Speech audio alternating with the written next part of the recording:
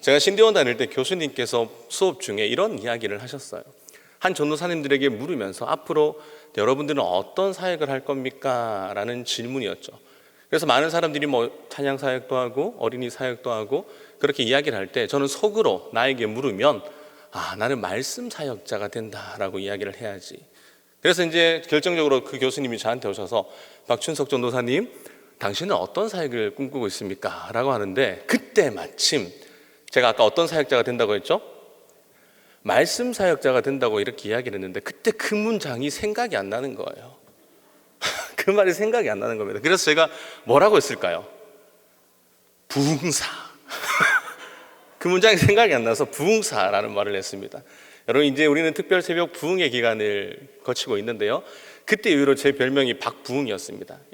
덩치가 있다 보니까 그냥 부흥사 막 이야기하는 대로 이야기할 수 있는.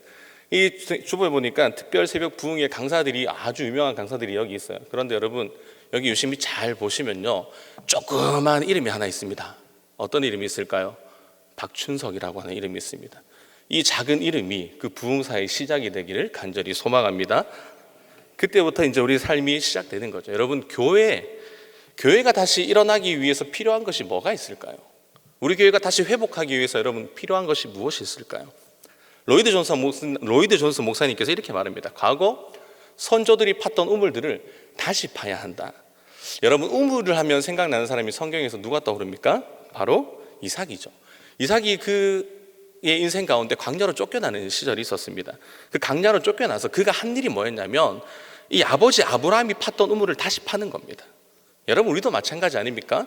이 선조들이 팠던 우물들을 우리는 다시 파야 돼요. 그렇다면 여러분, 우리가 다시 파야 될 그 우물이 뭘까요? 저는 그 우물이 기도의 우물이 되기를 간절히 소망합니다. 우리 교회가 코로나19로 인해서 기도의 재단이 꺼졌잖아요. 그런데 이번 특별 새벽 부흥회를 통해서 그 계기를 통해서 우리 교회가 다시 한 번 더 기도의 우물을 파는 겁니다. 기도의 우물을 팔 때 우리에게 어떤 일이 발생합니까? 어떤 일이 생깁니까? 하나님의 생명의 역사가 이곳 가운데 살아나는 역사로 바뀔 줄 믿습니다. 한국교회 정성기가 언제였을까요? 한국교회 정성기는 기도의 전성기였습니다. 한국교회가 지금 쇠퇴기에 이른다라는 많은 학자들이 그렇게 이야기를 하지 않습니까? 쇠퇴기에 이르는 이유가 뭐냐면 기도가 약해지고 있는 겁니다. 그 사실을 우리는 부인할 수 없는 거예요. 그래서 기도의 침체가 곧 교회의 침체로 이어지죠. 여러분, 세상 흐름이 다 그래요. 이 태동기 다음에 성장기가 오고 그 다음에 성숙기가 오고 그 다음에 쇠퇴기가 옵니다. 이것이 바로 생애의 주기 아닙니까? 여러분, 우리가 잘 아는 것처럼 이 다니엘이라고 하는 인물은 하루에 몇 번씩 기도하는 인물이었습니까? 3번씩 기도하는 인물이었습니다. 그럼 다니엘이 왜 하루에 3번을 기도했을까요? 그가 기도했던 시간이 바로 무슨 시간이었냐면 제사장들이 성전에서 번제를 드리고 분향하는 시간. 그러니까 이스라엘 백성들이 매일 성전에서 아침 저녁 제사를 드렸는데 아침 시간이 바로 오전 9시였고 저녁 시간이 오후 3시였습니다. 이 기도 시간은 누가 정한 것일까요? 다니엘이 정한 게 아닙니다. 하나님께서 친히 그 기도 시간을 정하셨죠. 하나님은 성전문이 열리는 아침 시간과 성전문이 닫히는 저녁 시간을 기도하는 시간으로 하나님이 정해 주셨어요. 더불어 성전문이 열려있는 정오, 그러니까 오후 12시, 유대 시간으로 제6시인 거죠. 다시 쉽게 말하면 유대인들에게 있어서 하나님이 기도를 받으시는 그 시간, 하늘문이 열리는 그 시간이 바로 오전 9시, 오후 12시, 오후 3시였던 겁니다. 여기서 우리가 생각해 볼 필요가 있는데 여러분의 기도 시간은 언제입니까? 누가 정합니까? 내가 정할 수 있죠. 내가 하고 싶은 시간에 성전에서 기도할 수도 있고 가정에서도 기도할 수 있고 차에서도 기도할 수 있고 틈만 나면 우리가 틈새로 이렇게 기도를 할 수 있는 것입니다. 어디서든지 우리는 기도할 수 있어요. 그런데 구약시대는 그렇지 않았다는 거예요. 자신이 정하는 시간이 아니었습니다. 그러니 다니엘에게는 하나님의 도우심을 구하고 응답받는 시간, 이 하늘문이 열리는 그때가 정해져 있었던 거죠. 그러기에 다니엘은 타국이었지만 예루살렘 성전을 향하여 문을 열고 하루에 3번씩 기도를 드렸습니다. 그런데 하나님은 왜, 여기서 우리가 기억해야 될까? 하나님은 왜 그렇게 바쁜 시간에 굳이 기도 시간을 정해주신 걸까요? 굳이 지금처럼 새벽이나 저녁이나 좀 한가한 시간에 정해줬으면 우리가 또 마음을 모아서 기도할 건데 하루 일과 중에 가장 바쁜 시간에 기도하라고 주님께서 우리에게 말씀하셨습니다. 그것이 왜 그러냐면 하나님이 우리 일과를 제사로 받기 원하시는 거예요. 그러니까 우리 하루의 삶을 하나님께서 그대로 받기 원하시는 것이 하나님의 뜻이었기 때문입니다. 여러분, 놀랍게도 이 성경에 예수님이 십자가에 못 박힌 시간이 언제입니까? 아침 제3시였어요. 오전 9시였죠. 그리고 십자가에서 운명한 시간이 언제입니까? 바로 오후 3시입니다. 예수님이 친히 성전에서 하나님께 올려드리는 번제물이 되어주셨던 거죠. 여기서 우리는 하나님의 일과 시간 중 기도 시간을 정하신 그 이유 두 가지를 살펴볼 수 있는데요. 첫째는 우리가 그분과 함께 연합해 이 십자가에 달렸음을 믿는 그리스도인이라면 그리스도와 함께 십자가에 못 박힌 그 시간이 우리 삶 가운데 의미가 있다라는 첫 번째 이유입니다. 둘째는 일과 시간에 드리는 기도를 통해서 우리의 일상이 하나님 앞에 거룩한 산제사로 우리는 드리는 거죠. 기도의 무릎을 꿇는 것이야말로 우리의 삶을 번제단 앞에 올려놓는 겁니다. 그리고 우리 자신을 십자가에 못 박는 일인 거죠. 그래서 우리의 일상이 제사가 되어야 되고 우리 일상이 기도의 무릎이 되어야 됩니다. 그렇기 때문에 기도하는 것이 결코 쉽지 않습니다. 나를 깎는 노력이 필요하다라는 거죠. 여러분, 기도하면 누구와의 관계가 좋아집니까? 바로 하나님과의 관계가 좋아지죠. 제가 사랑하는 사람이 있어요. 그 사랑하는 사람과 가까워지려면 어떻게 해야 됩니까? 그 사랑하는 사람과 대화를 많이 해야 됩니다. 대화를 많이 하면 할수록 가까워집니다. 이 본당 공간 가운데 수많은 사람들이 여기 모여 있습니다. 그런데 저하고 여러분들이 대화를 하지 않는다, 교제를 나누지 않는다, 여러분 여기에 많은 형식적으로 그렇게 있다고 한들 우리가 대화가 이루어지지 않는다면 절대 저와 여러분들은 가까워질 수 없는 거죠. 우리가 기도하면 지금까지 살아오면서 기도에 대해서는 들었던 박사들 아닙니까? 여기 계신 분들은 전부 다 박사들 아닙니까? 기도에 대해서 가장 많이 배운 사실은 기도는 대화다라는 거죠. 하나님과의 대화, 그게 맞아요. 기도하면 하나님과 더 친밀해집니다. 하나님과 대화를 많이 하면 친밀하게 유지되고 우리의 삶 가운데 윤택한 삶이 됩니다. 그리고 관계가 되니까 때로는 구하지 않아도 하나님께서 주신 그 갑절의 은혜를 우리 삶 가운데 누리며 살아갈 수 있어요. 그래서 기도는 내가 얼마나 기도하는가, 노력하는가, 그것에 의해 응답받는 것이 아니라는 거죠. 여러분, 물론 기도 시간을 투자하는 건 맞습니다. 그런데 그 시간을 통해서 내 의지를 하나님 앞에 관철시킨다? 여러분, 그것은 진정한 기도가 아닌 거죠. 성경은 그것을 기도라고 이야기하지 않아요. 오히려 이런 기도를 야고보 사도는 이렇게 얘기합니다. 야고보서 4장 3절인데요. 구하여도 받지 못함은 정욕으로 쓰려고 잘못 구하기 때문이라. 우리가 이익을 위해 기도를 하는 것은 내 정욕을 위해 잘못 구하는 기도다라는 거예요. 기도 않으면서 응답받을 때 중요한 것이 두 가지가 있는데, 하나는 기도 내용입니다. 또 다른 하나는 기도 자세예요. 여러분, 오늘 본문인 이 엘리야가 갈멜산에서의 기도를 보면 그 기도의 바른 예가 나오는데요. 엘리야는 기도할 때 불이 내려서 하나님이 어떤 존재인지 보여주십시오라고 그렇게 기도하지 않았습니다. 그는 하늘에서 불이 내려서 나의 하나님 여호와가 살아계심을 보여주고 많은 백성들이 살아계신 하나님을 체험하게 해 주옵소서라고 기도를 했던 거죠. 엘리야의 기도를 보면 어떤 내용으로 어떻게 기도해야 하나님이 응답하시는지 우리에게 잘 설명을 하고 있습니다. 내 이익이 아닌 하나님의 영광을 위해서. 그리고 오늘 본문은 엘리야의 기도가 나오는데 바로 이 부분이 오늘 제목처럼 응답받을 수밖에 없는 이유, 이 세 가지가 등장을 하는데요. 응답받을 수 없는 첫 번째 이유가 41절에 나옵니다. 저를 따라 한번 하실까요? 확신을 가지고 기도하라. 엘리야가 아합 앞에 이렇게 이야기합니다. 엘리야가 아합에게 이르되 올라가서 먹고 마시소서. 큰 비 소리가 있나이다. 여러분, 엘리야가 지금 뭐라고 이야기하는 거예요? 가뭄 때문에, 이런 것 때문에 걱정하지 말고, 두려워하지 말고, 불안해하지 말고 지금 가서 먹으라는 거예요. 자신이 큰 소리를 들었다라고 지금 아합 왕에게 이야기를 하는 겁니다. 근데 사실은 이 엘리야가 아합에게 하는 이야기를 보면 약간 사기꾼 같아요. 여러분, 지금 비가 와요, 안 와요? 비가 오고 있습니까? 안 오고 있습니까? 지금 비가 안 오는 상황입니다. 여전히 하늘은 쨍쨍하고 사막에는 먼지가 펄펄 날리고 있는 그때예요. 그런데 엘리야는 큰 빗소리를 들었다는 거예요. 무슨 말입니까? 이게 도대체 무슨 말입니까? 여러분, 엘리야의 이 말이 왠지 사기 같은 말이지만 이것이 믿음으로 듣는 소리이고 영적으로 듣는 소리입니다. 엘리야는 믿었습니다. 바로 하나님의 말씀을요. 하나님이 말씀하시면 반드시 이루어지신다라고 하는 그 말씀을 믿음으로 들었기 때문에 이 소리는 하나님에 대한 확신의 소리였던 거죠. 그 확신이 여러분 어떻게 생깁니까? 이스라엘 역사를 보면 하나님이 말씀하시면 반드시 이룬다라는 것을 역사가 증명하고 있습니다. 그리고 들리는 소문으로만 이 엘리야가 만난 것이 아니라 그는 그의 인생 가운데 직접 하나님을 체험했죠. 경험했습니다. 본문의 내용으로부터 3년 전입니다, 여러분. 가뭄을 선포하고 3년 동안 비가 오지 않아요. 자신의 삶의 여정을 통해서 하나님이 말씀하신 것을 어떻게 이루시는지 엘리야는 몸소 자기가 직접 체험하고 경험했던 인물입니다. 그 경험을 바탕으로 그는 하나님 말씀하시는 것은 반드시 성취됨을 지금 확신하고 있는 겁니다. 그런 확신 때문에 지금 아합 왕에게 이야기하고 있는 거예요. 날씨가 여전히 청명하지만 곧 비가 올 것이다. 요한복음 15장 7절에 보면 이렇게 얘기합니다. 예수님께서 이렇게 말씀하셨는데요, 너희가 내 안에 거하고 내 말이 너희 안에 거하면 무엇이든지 원하는 대로 구하라. 그리하면 이루리라. 성경이 뭐라고 얘기합니까?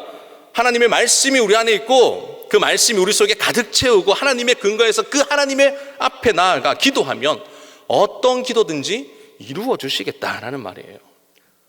사랑하는 성도 여러분, 확신이 무엇일까요? 확신한다는 것은 내 기분에 의해서 좌우되는 게 아닙니다. 확신이라는 것은 환경에 따라서 변하는 게 아니에요. 하나님 말씀에서 근거가 오는 것이 확신입니다. 여러분, 신약 성경에 보면 귀신 들린 아들이 나오거든요. 이 아버지께서 이 아들을 아무리 고치려고 발버둥을 쳐도 이 아들이 낫질 않는 거예요. 그래서 예수님의 소문을 듣고 제자들에게 찾아가죠. 고쳐달라고 부탁하는데 제자들이 어떡합니까? 고치지 못해요. 그래서 그 환경을 보시고 예수님께서 친히 찾아오셔서 어떻게 된 일인지 묻습니다. 그리고 아들이 언제부터 이렇게 됐는지 물으시면서 예수님이 이렇게 말씀하는 겁니다. 마가복음 9장 23절에 보면 예수께서 이르시되 할 수 있거든이 무슨 말이냐, 믿는 자에게 능히 하지 못할 일이 없느니라 하시니, 이 말을 들은 아버지가 급히 자신의 말을 수정해요. 어떻게 바꿉니까? 24절에 보니까 곧 아이의 아버지가 소리질러 이르되 내가 믿나이다. 나의 믿음 없는 것을 어떻게 해요? 도와주소서. 그 대답을 들은 예수님께서 굉장히 기뻤던 것 같아요. 굉장히 만족했던 것 같습니다. 그래서 귀신을 쫓아내고 이 아이를 치유해 줍니다. 그리고 제자들이 이렇게 묻는 거예요. 예수님, 왜 우리는 안 됩니까? 왜 우리는 안 돼요? 그러자 예수님께서 29절 말씀에 뭐라고 얘기합니까? 이르시되 기도 외에는 다른 것으로 이런 종류가 나갈 수 없느니라. 여러분, 이 구절의 핵심이 무엇입니까? 우리가 하나님께 기도하고 응답받을 때 확신을 가지고 기도하면 응답이 온다는 거예요. 무엇이요? 하나님의 말씀에 대한 분명한 확신이 있어야 돼요. 하나님이 말씀하셨기 때문에 누가 이루시는 겁니까? 내가 이루는 게 아니라 그가 이루시는 거예요. 그 응답을 나는 분명히 믿습니다라고 고백하는 삶이 저와 여러분들의 삶이 되기를 주님의 이름으로 간절히 소망합니다. 우리가 응답받지 못하는 이유는 하나님의 능력이 없어서가 아닙니다. 하나님이 우리 기도를 듣지 못해서 아니에요. 우리가 기도하면서 그 내용의 확신을 가지고 잊지 못하기 때문에, 내가 하는 기도에 대한 내 확신이 없기 때문에 우리 앞에 응답이 생기지 않는 겁니다. 엘리야의 기도를 보면 그가 하는 기도가 얼마나 능력 있는 기도인지를 보여주는 것이 아니에요. 이 기도를 통해서 그가 얼마나 확신을 가지고 기도하는지 보여주는 장면이 바로 오늘 본문의 말씀입니다. 사실 비를 내리겠다라는 말은 누가 하는 말입니까? 하나님께서 엘리야에게 하신 말입니다. 하나님이 엘리야에게 비를 내릴 것이니 너는 가서 아합에게 전해라. 엘리야는 하나님의 약속을 믿은 것이고 조금도 의심하지 않고 머뭇거리지 않습니다. 그리고 자신의 기도에, 기도하고 나면 어떤 결과가 일어날지 의심하지 않아요. 우리가 하는 기도의 진짜 문제가 뭐냐면 혹시라는 단어입니다. 혹시. 여러분, 기도할 때 혹시라는 문장이 생각나지 않습니까? 내가 열심히 기도했는데 혹시 이루어지지 않으면 어떡하지? 이런 생각이 드는 순간부터 우리가 한 모든 기도가 다 무용지물이 되는 거예요. 우리가 기도에 대한 결과를 예측하는 사람들이 아닙니다. 하나님께 맡기는 거죠. 내가 그 기도에서 그 결과대로 오는 것을 예측하면 점쟁이겠죠. 우리는 하나님께 온전히 맡기는 삶이에요. 우리의 기도가 혹시 안 이루어지면 어떡하지? 여러분, 그런 걱정을 할 필요가 무엇이 있습니까? 지금까지 내가 한 기도를 못 믿겠다라고 딱 도장을 찍는 것이 혹시라는 거예요.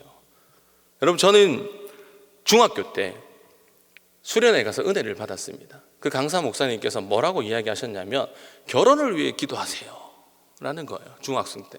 그 말이 저한테는 딱 꽂혔습니다. 그래서 그때부터 기도를 했죠. 하나님, 26살에 결혼하겠습니다. 몇 살 때요? 제가 15살 때. 미친 거죠, 어떻게 보면. 그때부터 기도하기 시작했습니다. 그런데 여러분 어떻게 됐을까요? 그 기도가 이루어졌을까요? 안 이루어졌을까요? 그 기도가 이루어졌습니다. 하나님께서 얼마나 급하셨는지 대학도 졸업하지 않은 그 나이 25살에 26살의 여자를 만나 아이를 4명을 놓고 지금도 오손도손 잘 살아가고 있다는 전설적인 이야기입니다. 여러분, 하나님이 약속하시면 이루는 거예요. 저는 약간 이런 디테일한 기도를 좋아하거든요. 그래서 제가 32살 때 신대원을 갈 때 갑자기 기도하는데 그런 문득 생각이 드는 거예요. 담임 목회는 언제 갈래? 여러분, 그때부터 또 기도했습니다. 하나님, 10년 기도하겠습니다. 여러분, 지금까지 기도해오면서 담임 목회를 10년이니까 32살에 했으니까 몇 살 때 간다는 거예요? 42살에 간다는 겁니다. 갈 것 같아요? 못 갈 것 같아요? 여러분, 우리는 확신을 가지고 기도하는 사람들이에요. 지금 5년이 지났거든요. 앞으로 5년 뒤에 무슨 일이 생길지 어떻게 아냐 말이에요. 제가 맨 땅에 헤딩을 하고 개척을 해도 저는 몇 명입니까? 개척 멤버가 6명입니다. 두려울 것도 겁날 것도 없는 인생 아닙니까? 우리가 어떤 확신을 가지고 기도하냐에 따라서 그 응답의 역사가 오느냐 안 오느냐의 차이를 결정하게 되는 거예요. 내가 있어서 결정하는 게 아니라 내 능력이 없지만 내가 기도하는 하나님이 능력이 있기 때문에 그 능력의 역사가 우리 삶 가운데 이루어진다는 겁니다. 하나님 앞에서 우리가 기도할 때 분명히 기억해야 되는 것은 우리의 기도를 받으시는 그 하나님이 능력이 있다는 거. 나는 아무것도 아니에요. 그런데 하나님이 능하십니다. 그 확신을 가지고 기도해야 해서 이번 특별 새벽 부흥의 기간 동안 은혜 받는 사랑하는 여기 계신 모든 성도님들이 되기를 간절히 소망합니다. 엘리야의 기도가 응답받을 수밖에 없는 두 번째 이유가 나와요. 따라 하실까요? 겸손하게 기도하라. 지금 엘리야의 기도는 사실 여러분 따라하기 힘듭니다. 저처럼 이 덩치가 크거나 뚱뚱한 사람들은 더 안 돼요. 42절에 어떻게 엘리야가 기도합니까? 아합이 먹고 마시러 올라가니라. 엘리야가 갈멜산 꼭대기로 올라가서 땅에 꿇어 엎드려 그의 얼굴을 무릎 사이에 넣고. 그러니까 엘리야가 지금 꿇어 엎드리는 거예요. 그러고서 이 머리를 어떻게 하는 겁니까? 그 무릎 사이에 막 집어넣는데 저는 안 돼요. 아무튼 저는 안 됩니다. 이 기도가 굉장히 저한테는 어려운 기도죠. 그런데 엘리야가 여러분 무릎을 꿇었기 때문에 겸손한 기도입니까? 우리도 무릎 꿇잖아요. 엘리야가 눈물을 흘렸기 때문에 그것이 정말 겸손한 기도입니까? 그것이 간절한 기도입니까? 여러분, 형식적으로 우리 무릎을 꿇을 수 있고 감상으로 눈물을 흘리면서 기도할 수 있습니다. 이 형식 자체가 경건해 보인다고 해서 겸손한 기도가 아니라는 거예요. 그런 면에서 엘리야의 기도는 형식적인 기도가 아닙니다. 그런 엘리야의 기도 모습은 형식이 아니라는 것을 우리는 어떻게 알 수 있냐라는 거죠. 바로 오늘 본문 말씀 전 사건인 그 사건을 보면 알 수가 있어요. 이 앞에 사건이 뭡니까? 갈멜산에서 한 번의 기도로 하늘에서 불이 내려서 450명의 바알 선지자들을 한 칼로 쓸어버리는 사건이에요. 지금 엘리야는 민족의 영웅이자 수많은 군중들이 엘리야를 칭송하고 있습니다. 사람들이 이렇게 말하는 거예요. 역시 당신은 하나님의 사람이야. 그 칭송을 들은 엘리야의 심경이 어땠을까요? 높아질 대로 높아진 거죠. 그가 영웅으로 지금 등극한 상태입니다. 보통 사람, 아니요 저 같은 사람이 만약에 이런 역사가 일어났다. 그래 백성들 앞에 이렇게 보면서 여러분 앞에 섰을 때 박춘성 목사가 기도했는데 이 쓰러졌던 자가 새 몸을 얻었더라. 이 소문이 펼쳐지면 제가 어떻게 변할까요? 이 어깨가 팍 펴지겠죠. 내가 하나님의 사람이야 라고 떵떵거리고 살고 그렇게 교만한 인생을 살았겠죠. 그런데 엘리야는 그러지 않았어요. 성경에 보니까 모세라는 인물이 있습니다. 모세도 이런 실수를 범한 적이 있는데요. 광야 생활 40년 동안 모세는 수많은 기적을 경험합니다. 하나님이 하나님의 능력으로 모세를 통해 그 기적의 현장 가운데 모세를 사용하세요. 기도하면 불가능했던 일들이 일어나죠. 어떤 일이 생깁니까? 이 하나님은 모세를 통해 홍해를 가르십니다. 모세를 통해 반석에서 물이 나게 하셨고 모세를 통해 하늘에서 만나를 내리셨어요. 40년 동안 끊임없는 하나님의 역사가 모세를 통해 이루어졌습니다. 그런 모세가 하나님의 기적을 행하면서 답답했던 것이 하나가 있었는데 그게 뭐냐면 이스라엘 백성들이에요. 백성들을 보니까 답답한 겁니다. 기적을 보았을 때는 아멘 아멘 내가 믿나이다 라는 고백을 하지만 돌아서면 불평불만을 하는 거예요. 한 번은 이스라엘 백성들이 은혜를 잊어버리고 불평불만하니까 모세가 굉장히 화가 나서 분노합니다. 너희가 정말 하나님의 백성이야? 너희가 정말 하나님의 사람들이야? 은혜를 그렇게 받고 나서 틈만 나면 불평불만하냐? 그래서 열받아서 바위를 2번 치죠. 그 사건으로 모세는 건널 수 없는 다리를 건너게 돼요. 하나님은 그 순간 모세가 하나님의 자리를 대신했다고 하여서 이 모세가 가나안 땅에 들어가지 못하게 됩니다. 그런데 사랑하는 성도 여러분, 엘리야는 그러지 않았어요. 그는 자신의 분수를 잃어버리지 않았습니다.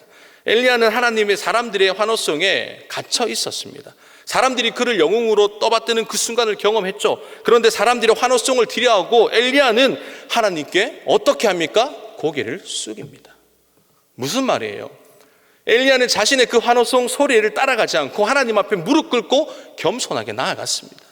하늘에서 불이 내린 것이 내 능력이 아니라 하나님이 함께 있어서 하나님의 능력으로 이루어졌다라는 것을, 더불어 그런 기가 막힌 역사를 경험하면서 그가 자신이 얼마나 초라하고 자신이 얼마나 부족한지 엘리야는 알았던 거예요.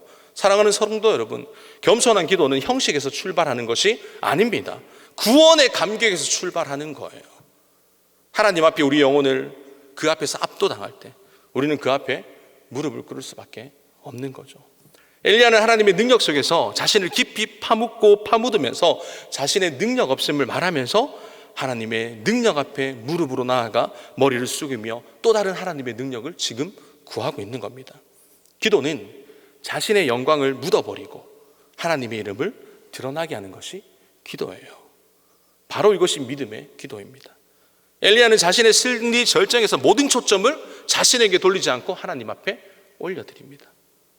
엘리야의 기도가 응답받을 수밖에 없는 것, 갈멜산에서 불을 내리게 한 것이 위대한 것이 아니라 그 후에 하나님 앞에 머리 꿇고 머리 숙이는 이 모습에서 엘리야의 위대함이 발견됩니다. 사실 가만히 생각해 보면 엘리야보다 누가 더 위대한 사람입니까?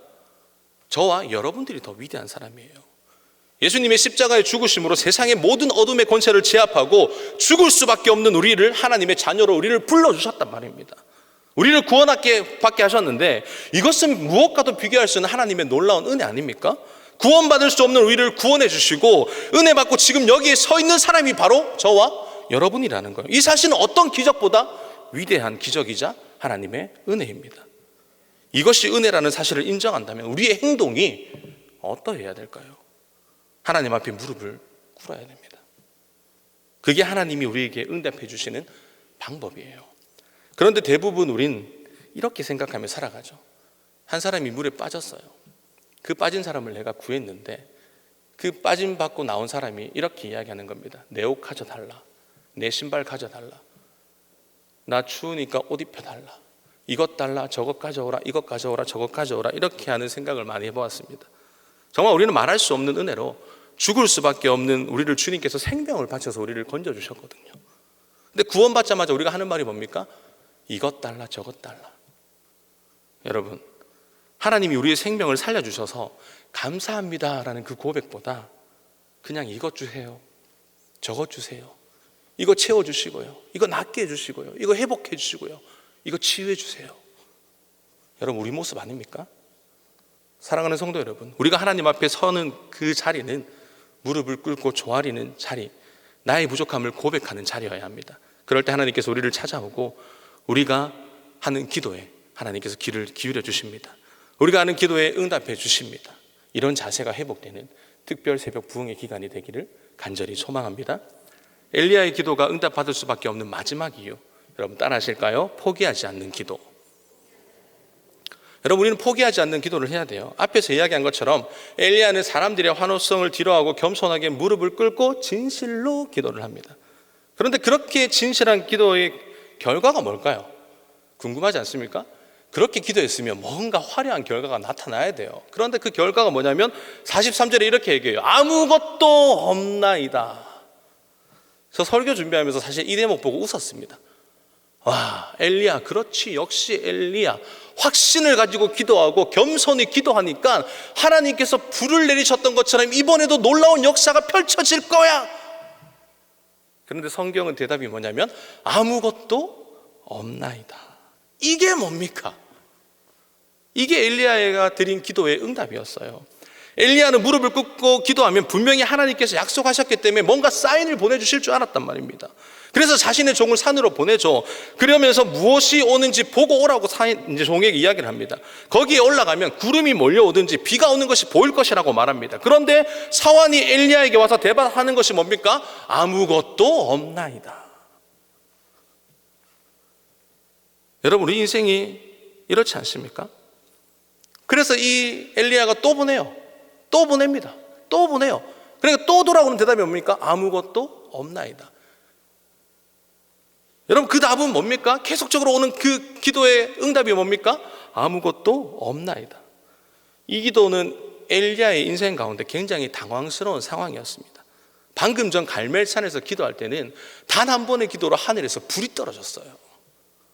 그리고 확신을 가지고 기도하면 하나님께서 역사하신다라고 우리가 선포를 했습니다. 그리고 그는 교만하지 않고 겸손하게 무릎을 꿇고 기도를 했던 거죠. 계속 기도하는데 결과가 아무것도 없나이다. 얼마나 당황스러웠을까요? 그런데 우리의 신앙생활 하면서 종종 이런 것을 우리도 경험해요. 우리가 하나님에 대한 확신을 가지고 기도하는데 아무것도 보이지 않습니다. 아무 일도 일어나지 않습니다. 돌아와야 될 아들이, 돌아와야 될 딸이, 돌아와야 될 내 가족이, 돌아나와야 될 내 친지들이 안 돌아와요. 기도의 응답이 안 와요. 아무리 기도해도 응답이 없습니다. 내가 확신을 가지고 기도하는데도 말입니다. 그럴 때 우리는 어떻게 해야 될까요? 당황하는 것이 아니고, 포기하는 것이 아니고, 그럴 때는 나의 지나갔던 삶을 한번 되돌아보셔야 돼요. 하나님이 지금 이곳까지 우리를 오게 하셨던 그 하나님이 어떤 하나님인지, 우리를 어떻게 이 자리까지 인도하셨는지, 어떤 과정을 통해 나를 여기까지 이끄셨는지, 서두에 로이드 존스 목사님께서 과거의 선조들이 팠던 우물들을 다시 파야 된다라고 말했던 것처럼 우리 삶을 되돌아보아야 됩니다. 왜냐하면 하나님은 한순간 산 밑에 있던 사람을 붕 띄어서 올리시는 분이 아니기 때문이죠. 하나님은 올라갈 때까지 한 걸음 한 걸음 그 단계를 거치게 하시는 겁니다. 하나님을 경험하게 하고 나서 힘든 단계를 넘어가게 하시면서 하나님이 확고하게 믿고 정상까지 우리를 올려보내시는 분이 우리 하나님이에요. 지금 엘리야가 그렇습니다. 엘리야가 가멜산까지 오게 하시면서 여러분 까마귀를 통해 먹이셨죠. 사르밧으로 보내서 철저하게 하나님을 신뢰하게 하셨습니다. 그리고 그는 그 믿음으로 비소리를 들었고 간절하게 기도했습니다. 그런데 여전히 비구름이 몰려오지 않고 하늘은 맑은 거예요. 이 모습은 마치 그리 시냇가에 처음 갔을 때 까마귀를 보는 것과 같았습니다. 말라가는 시냇물을 보는 것과 비슷한 경우입니다. 뭐가 없죠? 엘리야의 삶 가운데 기도를 했으나 희망이 없는 겁니다. 사르밧에 갔을 때 자살하기 직전에 그 가부를 보는 것과 동일한 겁니다. 그런 상황 가운데 엘리야는 어떤 훈련을 받았습니까? 엘리야는 여전히 맑은 하늘을 보이지도 않지만 그는 포기하지 않았어요. 그리고 7번째, 그 사환이 드디어 멀리서 드디어 손바닥만한 구름 한 조각이 보인다라는 말을 듣고 옵니다. 여러분, 이 말은 마치 사르밧에 갔는데 주먹 한 줌밖에 없습니다 라고 말하는 그 여인의 말과 동일합니다. 우리가 신앙생활 하면서 기도생활 할 때 이런 엘리야의 모습이 우리 삶 가운데 많지 않습니까? 아무것도 없나이다. 나는 기도하고 또 기도하는데, 겸손하게 기도하는데 아무런 변화가 일어나지 않고 아무런 사인이 보이지 않는 그 순간 말입니다. 그런데 우리는 엘리야를 통해 배워야 돼요. 엘리야는 아무것도 없나이다, 그 말에 그의 인생을 포기하지 않았습니다. 그의 기도를 그치지 않았습니다. 아무것도 보이지 않는다라는 그 사환의 그 말에 엘리야를 포기하게 만들지 않았습니다. 그는 여전히 하나님이 말씀하시면 이룰 것이라는 그 확신, 그것이 그를 흔들지 못했다라는 거예요. 응답이 있을 때까지 포기하지 않고 기도하는 모습이 엘리야의 기도였던 거죠. 사랑하는 성도 여러분, 하나님은 어떤 때는 기도하자마자 응답하실 때도 있어요. 어떨 때는 아무리 기도해도 응답하지 않을 때가 있습니다. 여러분, 기도 응답은 내가 하는 것이 아니라 하나님이 하시는 거예요. 그래서 우리가 해야 될 것은 포기하지 않고 끝까지 기도하는 겁니다. 하나님이 반드시 이루실 것이라는 사실을 믿는 거예요. 그게 기도 응답의 조건인 거죠. 오늘 본문에 보면 여러분 재미있는 보너스 은혜가 하나 더 등장을 하는데, 여러분 엘리야가 손바닥만한 구름을 보고 이제 됐다라고 이야기를 합니다. 그리고 아합에게 가라고 이야기를 하죠. 그냥 가는 것이 아니라 마차를 준비해서 빨리 아합왕은 가라고 이야기하는 거예요. 그 사막에 비가 오면 정말 홍수가 넘치기 때문에 그 길이 사라지게 됩니다. 그 길이 사라지니까 빨리 마차를 타고 가라라고 이야기를 하죠. 아합이 마차를 타고 빨리 달려가는데 성경이 뭐라고 얘기합니까? 46절 말씀해 보니까 이렇게 얘기해요. 여호와의 능력이 엘리야에게 임하매 그가 허리를 동이고 이스라엘로 들어가는 곳까지 아합 왕에게 달려갔더니. 여호와의 능력이 임하니. 엘리야가 여러분 우사인 볼트입니까? 100m를 9초, 8초 이렇게 뛰는 사람입니까? 허리를 동이고 마차를 타고 가서 아합 왕에게 달려갔다라고 이야기를 해요. 여러분 무슨 말이에요? 축지법이라고 여러분 들어보셨습니까? 하나님의 능력이 없었다는 말이 여기에 임하지 않았다면 엘리야가 지름길로 갔겠지, 빠른 길로 가서 아하방을 만났겠지, 우리가 그렇게 생각할 수도 있는데 여기에 뭐라고 이야기하는 겁니까? 여호와의 능력이 임하니. 무슨 말이에요? 엘리야는 그런 능력을 달라고 하나님께 기도하지 않았습니다. 그런데 하나님이 마음에 합한 기도를 하니까 하나님이 능력을 주시는데 그가 생각지 않았던 그 능력들, 하나님의 계획 가운데 부어주시는 그 놀라운 은혜들이 엘리야의 삶 가운데 보너스로 오더라라는 거예요. 정말 엘리야를 보면 하나님과 친밀한 인물이었다라는 것을 알 수가 있죠. 하나님께서 엘리야를 얼마나 아끼고 친밀하게 여겼으면 그가 죽음을 보지 않고 하나님 나라에 들어가게 되었습니까? 여러분, 말씀을 정리하면서 우리는 기도할 때 하나님께 응답받을 뿐만 아니라 하나님과의 관계에서도 회복되고 하나님께서 우리에게 그토록 아끼시는 우리의 길을 인도하실 겁니다. 문제는 내가 하나님과 바른 길로 걸어가고 있는가? 그 바른 하나님과의 관계가 형성되고 있는가? 하나님께서 놀라운 은혜의 강물 가운데 우리를 넣어주실 것인데 내 기도가 포기하지 않고 나아가고 있는가? 여러분, 엘리야가 은혜 받을 수밖에 없는 이유가 무엇이었다고 했습니까? 확신을 가지는 것, 겸손하게 기도하는 것, 포기하지 않는 것. 우리의 기도가 이런 기도가 되어질 때 하늘 문이 열리는 놀라운 역사가 여러분 삶 가운데 임하게 될 줄 믿습니다. 그리하여서 이번 특별 새벽 부흥회를 통해 한번 그 문의 역사를 보자고요. 하나님이 응답하실 때까지 부러붙이자 보자고요. 하나님의 역사가 오늘 참석한 모든 여러분 삶 가운데 임하기를 간절히 소망합니다.